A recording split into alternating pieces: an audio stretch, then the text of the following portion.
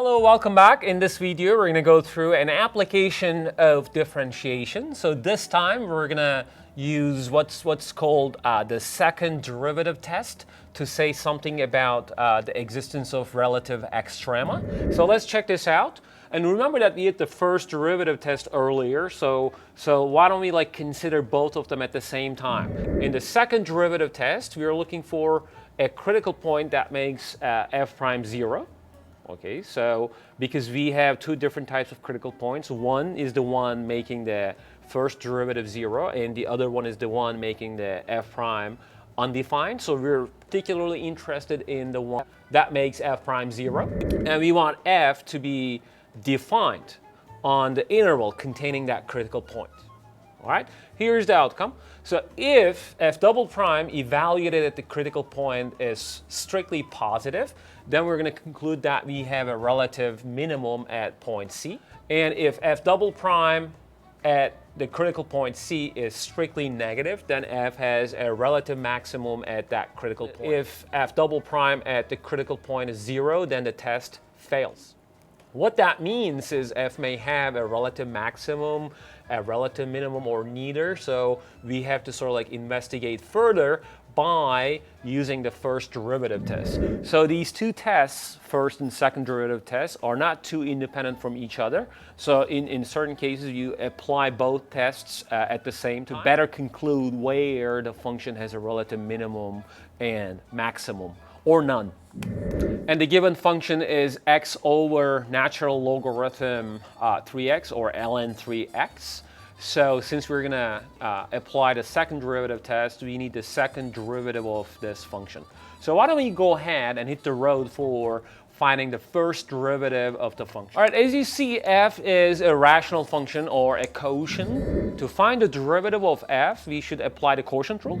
But in the meantime, we should recall the derivative of the ln function. So I just wrote it down here. So along the way, I'm going to use this property. Let's simplify this. So the derivative of x is just 1. So 1 times ln 3x minus x times the derivative of inside of ln, the derivative of the inside of ln divided by inside. So the inside is 3x. So we have the derivative of 3x, which is 3, divided by itself, 3x. So this is all divided by ln 3x squared. All right, simplifying this expression further, we have ln 3x, this 3x here cancels this 3x. So if we divide them out, we have only 1 left here. So minus 1 divided by ln 3x quantity squared. Well, this only takes care of the first derivative of the function, so we need to find the second derivative. So what we're going to do is we're going to apply the quotient rule again to find the second derivative of this function. Here we go. We can apply the quotient rule to find a derivative of this, but I changed my mind. We can make a shortcut here by splitting this fraction into 2 fractions, okay? So in other words, the first fraction is ln 3x divided by ln 3x quantity squared, and the other one is 1 over ln 3x squared. So I want to use the chain rule, in fact, but first I want to simplify this and write it as ln 3x to the power of 1, because this ln 3x cancels this square power. So I have 1 over ln 3x, but I write it as a reciprocal. And this is already in the reciprocal form, so go back to the exponent notation.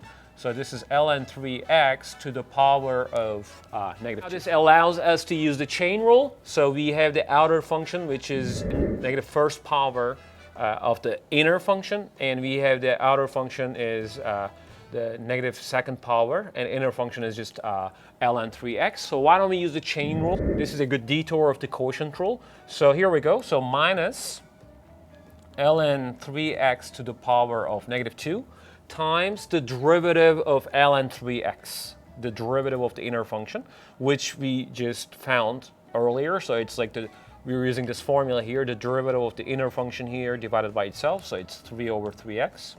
Okay, so this in one shot takes care of the derivative of this, minus I have negative 2 here, I have negative sign here, so this is going to be plus 2 ln 3x to the power of -3. But then I should multiply this by the derivative of ln 3x. So it's essentially the same as this one. So times 3 over 3x. All right, let's simplify this. All right, this is what we have here after the cancellation. And we go back to the reciprocal form again. So as you see, x and ln 3x squared is a common factor here. So why don't we pull that out? So 1 over x ln x quantity squared is a common factor. Okay, so this one is going to provide you -1. The other one gives you 2 over ln 3x. Okay, this is f double prime. All right, so we got the second derivative of f as this function, and in the previous step we found f prime. So we're gonna find the critical points of f by setting this to 0 because we were talking about a particular critical point, the one that, or the ones that make f prime 0. And this is gonna tell us what the c's are, and at those c values we're gonna check the sign of f double prime to find the relative extrema. So as you see that this is a rational expression here, rational expression here, if you put 1 here, hypothetical 1, so that you can do the cross product here. Here we go. So the cross product of the 1 times ln 3x minus 1 is just ln 3x minus 1. And the other side is just 0 times that, that is equal to 0. Essentially, solving this equation is equivalent to solving this equation, but this one is ln 3x equals 1. All right? And remember from pre-calculus how we solved logarithmic equation. Since the base here for ln is e, so 3x is going to be equal to e to the 1. This is how we, again, solve the logarithmic equations. We just leave the logarithmic part in one side of the equation and send everything to the other side, and then write this as 3x equals e and x equals e over 3. All right, so we go ahead and write here that the critical point that we're after is e over 3. So the final step is to check the sign of f double prime at e over 3.